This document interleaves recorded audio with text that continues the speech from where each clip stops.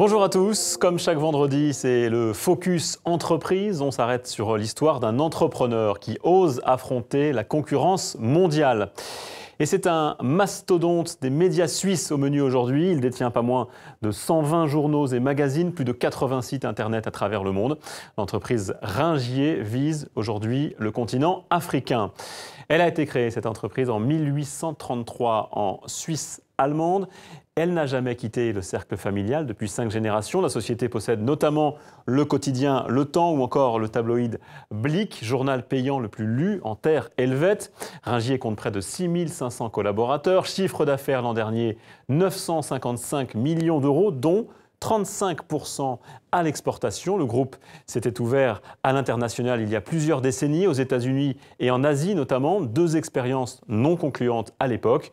Aujourd'hui, le groupe est bien implanté en Allemagne, en Roumanie. Il est revenu également en Asie, notamment, vous le voyez, au Vietnam. Je vous propose d'écouter l'actuel patron, Michael Ringier, interrogé par Marie-Adèle Copin. L'internationalisation du groupe est aussi une sorte d'aventure. Heureusement, on a pu commencer avant le digital, parce que l'internationalisation a commencé dans les années 80, d'abord avec des imprimeries aux États-Unis, pas un très grand succès, pour le dire gentiment. Et puis on s'est internationalisé dans le journalisme, dans l'Europe de l'Est. Et là, on a travaillé maintenant pendant 25 ans avec un très très bon succès. L'Afrique, pour nous, est une chance comme étaient les pays de l'Est il y a 25 années. Il y a beaucoup plus de pays démocratiques qu'il y a 20 ans. Il y a des structures, il y a une industrialisation. Le grand atout des affaires digitales, c'est qu'on n'a pas besoin énormément de monnaie, d'argent.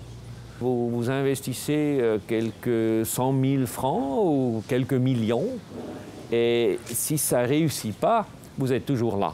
Dans les affaires digitales, il faut être le numéro 1.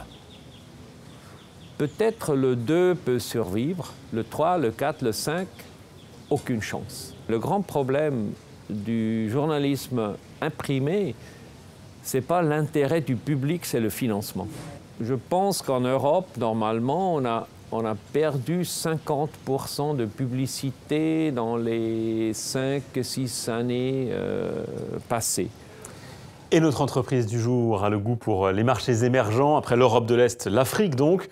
Depuis 4 ans, le groupe s'y développe dans 5 pays au total, mais uniquement sur Internet. Pas de politique en Afrique sur ces plateformes en ligne, uniquement du divertissement, du sport, du e-commerce ou des petites annonces. Et d'ailleurs, le numérique n'est pas seulement sur le continent africain. Ringier mise beaucoup sur Internet. Il représente 32% du chiffre d'affaires avec un investissement conséquent de 1,5 milliard d'euros en 8 ans.